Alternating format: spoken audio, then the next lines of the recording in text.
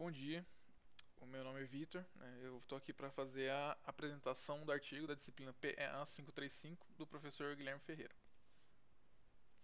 O meu trabalho está estruturado da seguinte forma.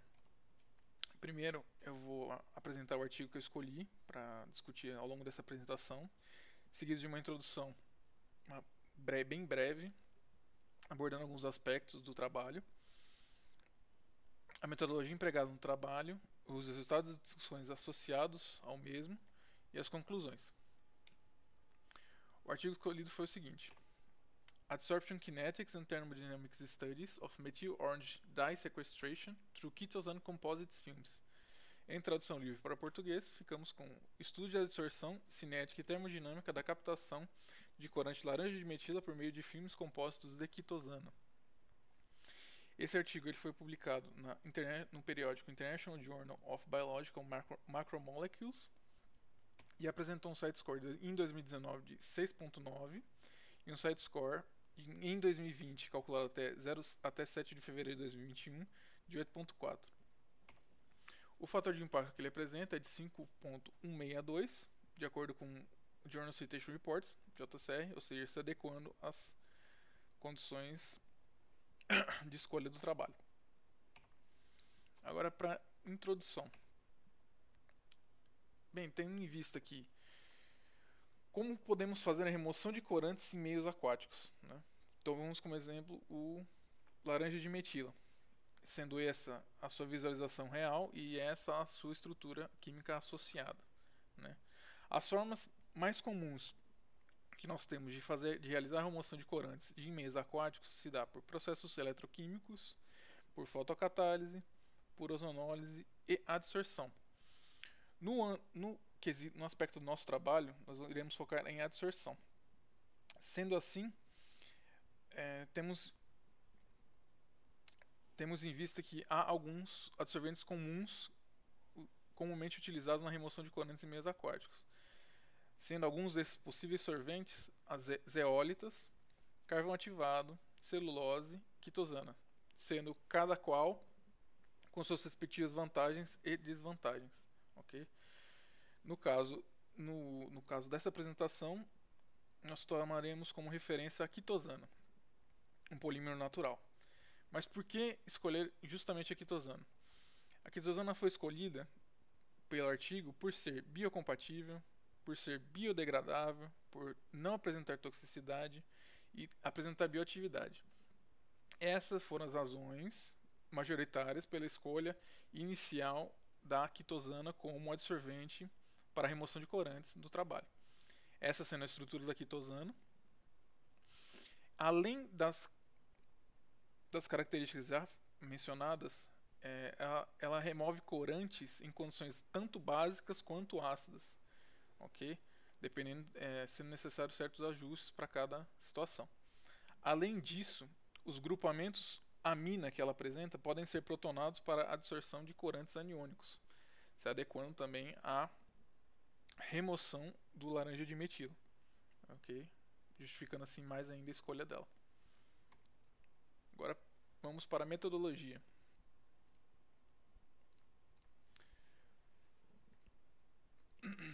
Seguindo para a metodologia, nós utilizamos o trabalho utilizou como materiais o polímero de quitosano, uma massa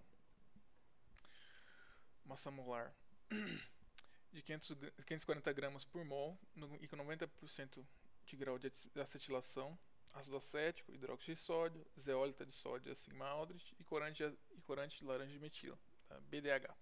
Okay? Primeiramente, a síntese dos filmes de quitosano e zeólitas, ou seja, quitosana pura e compósitos.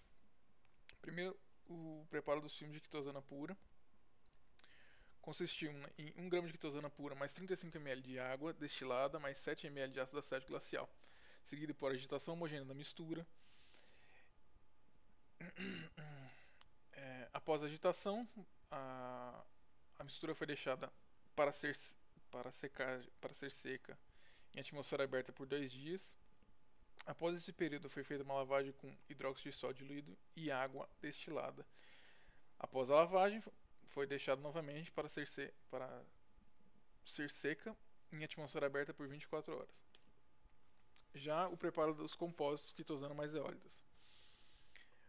O preparo do filme 1 foi o seguinte: a solução utilizada foi a produção de quitosana pura, né, que já mencionei, somar seguida de uma agitação homogênea com adição de 1 grama de zeólito de sódio para o CSZ1. Após a adição, mais uma etapa de agitação homogênea. Após tal etapa, foi feita a secagem e lavagem similares ao filme de quitosana pura. Para os 3 filmes restantes, o processo foi similar ao CSZ1, com excesso da quantidade de zeólito empregada, sendo que para CSZ2 foi utilizado 2 gramas de zeólita, CSZ3 3 gramas de zeólita e CSZ4 4 gramas de zeólita. Os filmes produzidos estão registrados na imagem à direita do slide, sendo o CS de quitosana pura e o CSZ1 até o CSZ4 os compósitos de quitosana mais zeólita. As análises instrumentais empregadas no trabalho foram as seguintes: para características morfológicas e texturais foi feita a microscopia eletrônica de varredura por campo de emissão de quanta, FESM, modelo FEG 450. Para exploração alimentar e composição foi feita a espectroscopia fotoeletrônica de raio-x, XPS, com intervalo de análise entre 0 e 1300 eV, sendo o modelo utilizado um Escalab 250XI. Para a estabilidade, teste de estabilidade dos materiais, foi feita uma análise termogravimétrica TGA de 0 a 1000 graus Celsius em função do tempo, sendo o modelo do equipamento Perkin-Elmer Pires 1 TG. Okay. Para a investigação da natureza organizacional do material, foi feita a difração de raio-x, sendo 2θ igual a, variando entre 5 e 800, e a fonte de radiação de cobre e potássio alfa, tendo comprimento de onda igual a 0,15418 nanômetros.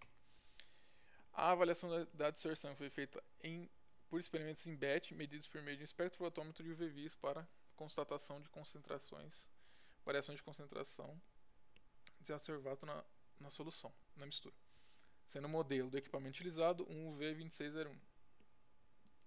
Okay? Para os estudos de distorção e otimização de parâmetros para testes. Okay? O primeiro parâmetro é o pH. Para a otimização desse parâmetro foi feita a medição do pH entre 2 e 10 de 100 ml de uma solução 327 mg por litro de lânios de metila, com pontos de estabilização 2, 4, 6, 8 e 10, sendo 100 ml da solução anterior somada a 100 mg de cada um dos filmes CSZ e CS. A mistura foi submetida a agitação constante a 30 graus por 120 minutos. O segundo parâmetro foi a temperatura. Para a temperatura foi utilizar 100 ml, 100 ml de adsorvato com concentração 327 mg por litro. Tal volume foi adicionado 100 mg de adsorvente, assim como no pH. A reação foi monitorada por 120 minutos, sendo que a reação ocorreu com variação de temperatura entre 10 e 60 graus Celsius, com aumento de temperatura de 10 graus Celsius. As doses de adsorvente. Foram feitas adições de adsorvente em 100 ml de solução, com concentração, a mesma concentração da já citada, 307 mg por litro,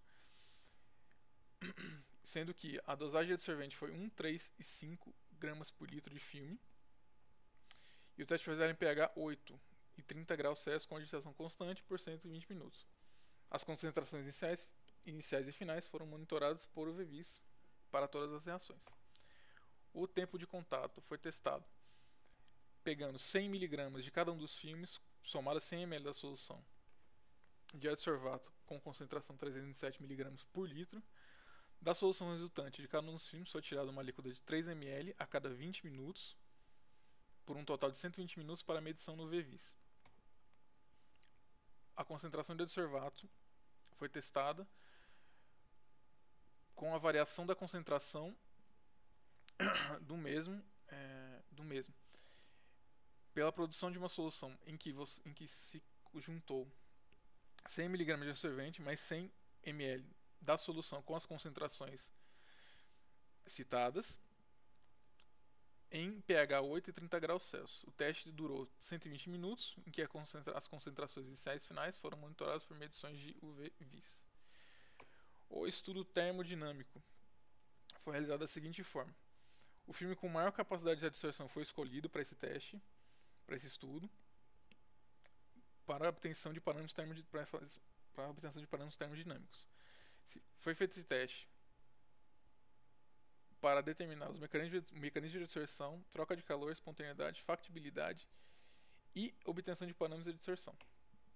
Os parâmetros analisados foram a entalpia padrão, a entropia padrão e o ΔG padrão, a variação de cada um desses parâmetros. Ok? As ferramentas de obtenção foram as equações iniciais para a obtenção de ΔG padrão. Foram as duas equações aqui expostas. A equação de Van 't Hoff para a determinação da variação da entropia padrão e da entalpia padrão, né, em que KL consiste na constante de Langmuir para a absorção, R a constante ideal dos gases e T a temperatura absoluta, em Kelvin. Para o cálculo da energia de ativação foi utilizada a equação de Arrhenius, em que K2 é a constante de velocidade de pseudo-segunda ordem, R é a constante ideal dos gases e A é a energia de ativação. Agora indo para os resultados e discussão.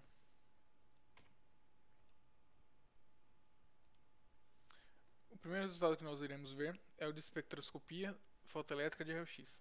Okay?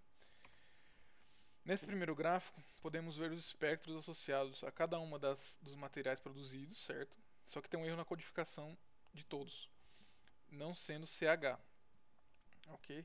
É CS, CSZ1, CSZ2, CSZ3. E aqui tem um duplo erro que seria CSZ4, ok? Nesse gráfico A. Bem, considerando que os espectros de todos os materiais foram coincidentes, os autores escolheram deconvoluir o espectro de CSZ1 para a produção de espectros associados ao oxigênio, ao carbono, ao nitrogênio e ao silício. Okay? Sendo o primeiro gráfico deconvoluído o gráfico do oxigênio. Nele podemos constatar a presença de dois picos. O pico 530.88 e o pico 532.55. O pico 530.88 ele pode ser associado à presença de água absorvida na superfície do compósito, ok? Ou agrupamentos carbonilo. Enquanto o pico 532.55 ele é associado à ligação carbono-oxigênio. Seguindo para o gráfico C, nós temos o gráfico deconvoluído de carbono, onde nós temos os picos 284.28, 285.89, o azul escuro sendo 287.46 e o turquesa 287.95, ok? Em relação ao pico 284.28, ele representa ligações carbono-carbono ou carbono-hidrogênio, ok? Já o 285.89, ligações carbono-nitrogênio ou ligações diretas do átomo de carbono com oxigênio de grupos hidroxila, tá? É importante mencionar isso.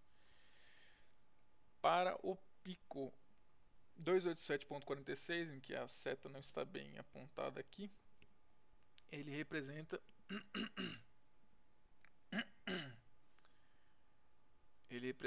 ligações carbono-oxigênio-carbono, enquanto o pico 287.95 representa ligações de carbonila. Seguido para o gráfico D, nós temos o espectro deconvoluído para o nitrogênio, ok? Sendo o pico 39902 e o 400.90 os dois picos constatados. O pico 399.02 representa ligações carbono-nitrogênio, ok? Enquanto o pico 400.90 representa moléculas NH2 livres, ok? Indicando a interação entre grupamentos de nitrogênio com a zeólita de sódio. Por fim, no gráfico E, nós temos o espectro é convoluído para o silício, apresentando os picos 101.29 e 101.79, ok? Onde o 101.29 aponta para ligações silício-nitrogênio, enquanto o 101.29 aponta para ligações silício-oxigênio-carbono e o 101.79 aponta para ligações silício-nitrogênio.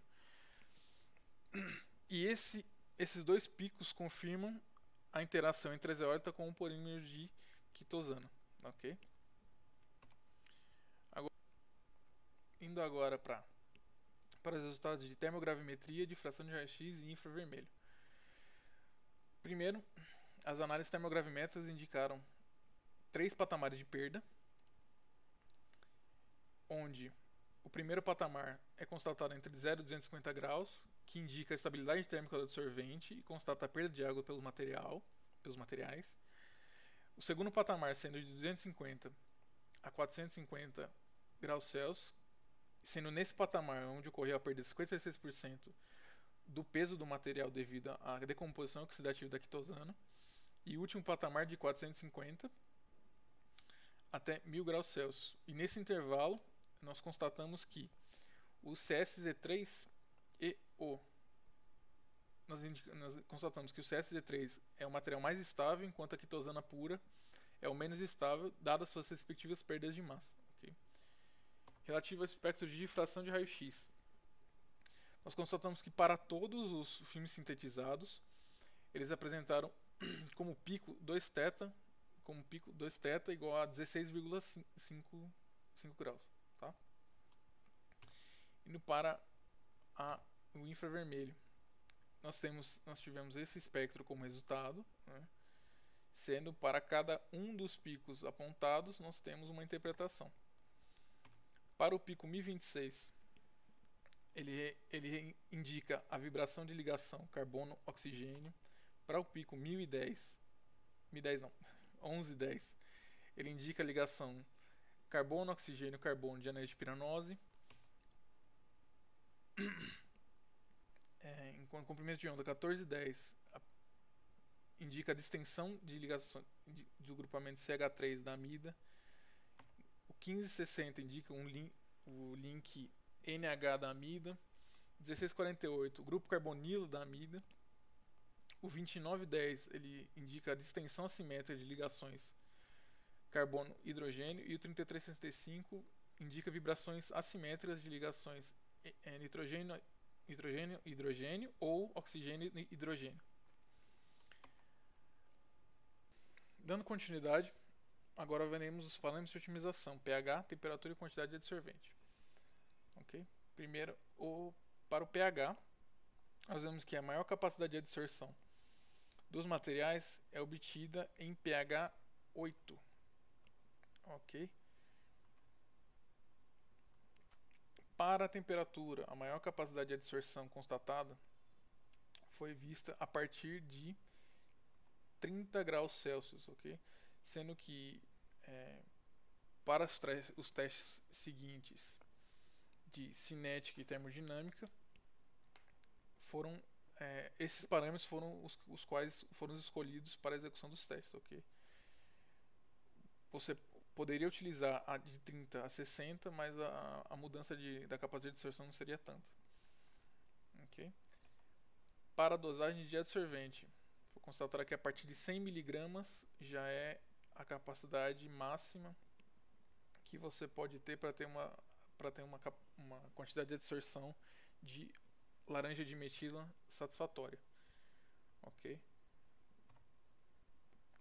Agora os parâmetros de otimização: tempo de contato. Para o tempo de contato, foi constatado que a maior capacidade de absorção foi vista em 120 minutos, sendo no início do equilíbrio considerado em 100 minutos e o tempo de equilíbrio em si 120 minutos, né, que é a solução atingindo o equilíbrio dinâmico. Né. Além disso, a partir desse tempo de contato foi feito o estudo de cinética, sendo que foi feito a adequação dos dados produzidos a cinética de pseudo-primeira ordem, correspondendo a essa equação, e a cinética de pseudo-segunda ordem, ok? Correspondendo a esse gráfico e a essa equação. Esses foram os dados associados a cada uma das retas vistas anteriormente nos gráficos, ok? E é importante notar o seguinte, que a quantidade absorvida para o modelo aplicado de pseudo-primeira ordem foi menor do que a quantidade absorvida quando se utilizou o modelo de pseudo-segunda ordem. Tá? Além disso, analisando os erros de cada um dos modelos, o modelo mais adequado aos dados, ou melhor, o modelo ao qual os dados melhor se adequou foi o modelo de pseudo-segunda ordem, dado os erros R2 mais próximos de 1, quando comparados com os erros dos dados aplicados ao modelo de pseudo-primeira ordem. Além disso, o modelo de pseudo-primeira ordem foi associado ao processo de difusão, enquanto o de pseudo-segunda ordem foi associado ao processo de adsorção. Okay? Logo, dado os erros e a quantidade absorvida, os dados se ajustam melhor ao modelo cinético de pseudo-segunda ordem. Indo para as isotermas de adsorção, nós temos que foi feito um trabalho para otimizar a concentração de adsorvato para os testes, sendo a concentração ótima constatada sendo 327 mg por litro, sendo essa a máxima para todos os filmes do gráfico A. Foi produzida também a isoterma de Freundlich, correspondendo a essa equação para cada um dos filmes, e a isoterma de Langmuir, correspondendo a essa equação para cada um dos filmes também. Okay. Essa tabela mostra os dados associados a cada uma das isotermas, sendo a primeira parte associada à isoterma de Langmuir e a segunda parte associada à isoterma de Freundlich.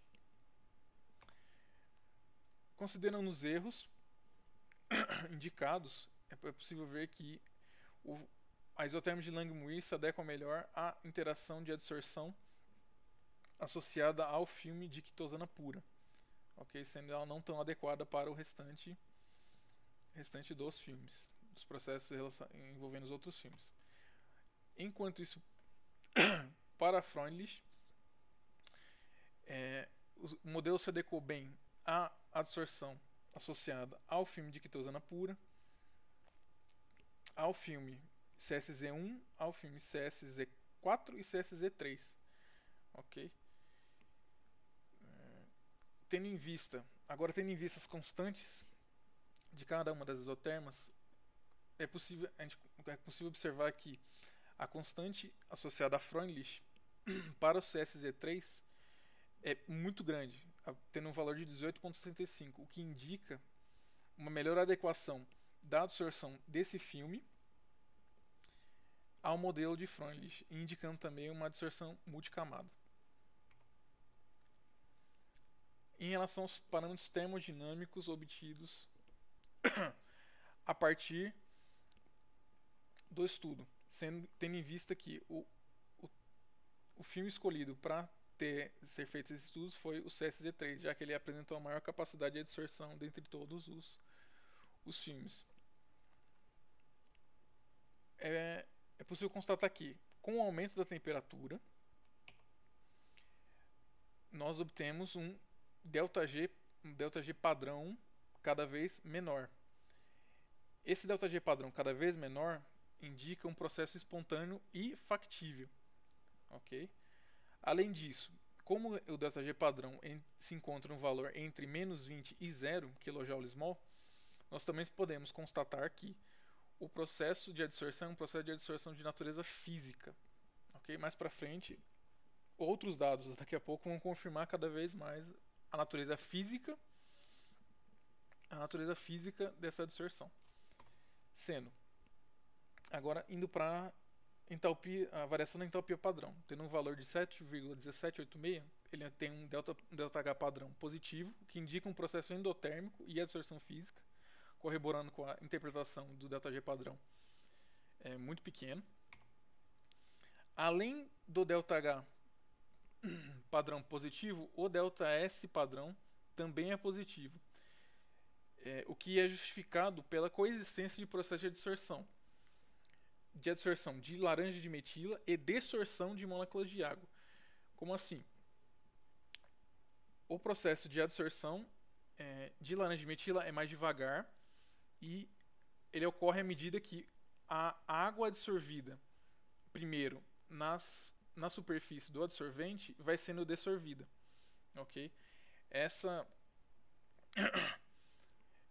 coexistência é o que produz um ΔS padrão, uma variação de ΔS padrão positiva, tá? É a existência de um processo de adsorção do corante